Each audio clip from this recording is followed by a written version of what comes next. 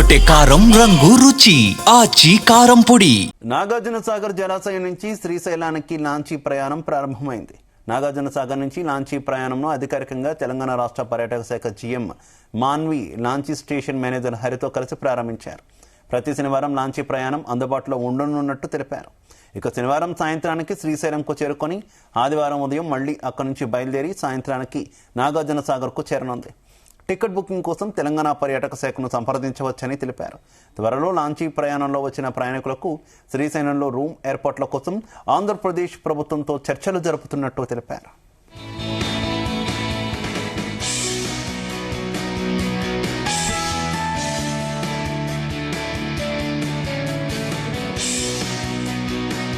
అందరికీ నమస్కారం అండి. ఇవాళ తెలంగాణ టూరిజం శాఖ తరఫున నాగార్జున సాగర్ నుండి శ్రీశైలం వరకు లాంచ్ని అనేది ప్రారంభించడం జరుగుతుంది. ఈ అవకాశాన్ని అందరూ కూడా సద్వినియోగం చేసుకోవాలి. పెద్దలకి ఒకవైపు వన్ వే ట్రిప్ ఏమో 2000 రూపీస్, పిల్లలకి అంటే 5 నుంచి 10 సంవత్సరాల లోపల ఉన్న పిల్లలకి మాత్రం 1600 ఒక వన్ వే ట్రిప్కి తీసుకుంటున్నాము. అలాగే రౌండ్ ట్రిప్ పెద్దవాళ్ళకి 3250 3250 రూపాయలు ఛార్జ్ చేయడం జరుగుతుంది. ఈ అవకాశాన్ని అందరూ కూడా వినియోగించుకొని ఆనందించాలని మా కోరిక. మీకు ఏమైనా వివరాలు కావాలంటే మా యూనిట్ మేనేజర్ హరియాని కానీ లేకపోతే మా సెంట్రల్ రిజర్వేషన్ ఆఫీస్ని కానీ సంప్రదించాలి. మేడం, ఈ సీజన్లో ఫ్లడ్ ముందుగా వచ్చింది. మనకి 1 మంత్ బిఫోర్ నుంచి నడిపే అవకాశం ఉంది. మరి ఇన్ని రోజులు ఎందుకు డిలే అయింది? శ్రీశైలంలో చాలా రోజులు డ్యామ్స్ ఎత్తడం వల్ల మన ఏదైతే దింపే పాయింట్ ఉందో కరెక్ట్గా గేట్ల కింద ఉంది. అందువల్ల మనము వాటర్ సేఫ్టీ చూసుకొని మనం నడపాల్సి వచ్చింది. అంటే సోమశిల నుంచి నడుస్తూనే కదా, మనం ఇక్కడ నుంచి లేట్ అయింది. సోమశిల బిఫోర్ స్టార్ట్ అయింది, మన కాడికి వచ్చే వరకు లేట్ అయిపోయింది బాగా.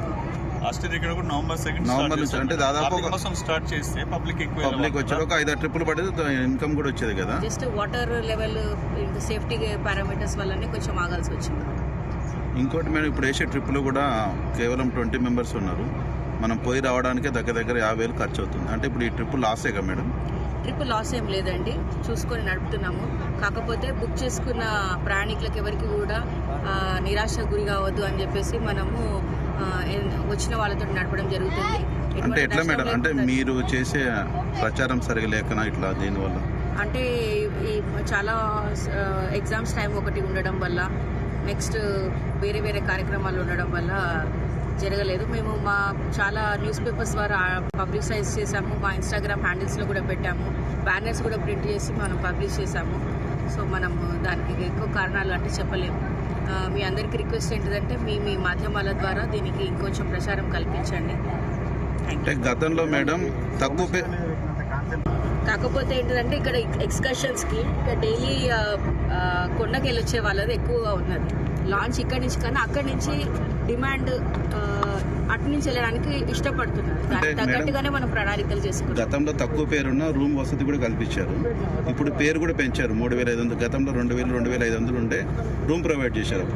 ఇప్పుడు వెళ్ళే పర్యాటకుల కంటే 3500 పెట్టి కూడా రూమ్ ఇవ్వకపోవడం వల్ల కూడా ఎవరు ఇంట్రెస్ట్ చూపట్లేదు, రావడం బ్యాక్ అవుతుంది. అట్లా సేమ్ కాస్ట్ మనం మెయింటైన్ చేస్తున్నాం. ఇన్ఫాక్ట్ సోమశిల ఇంకా ఎక్కువ 4000 అక్కడ, ఇక్కడ 3250 రౌండ్ ట్రిప్.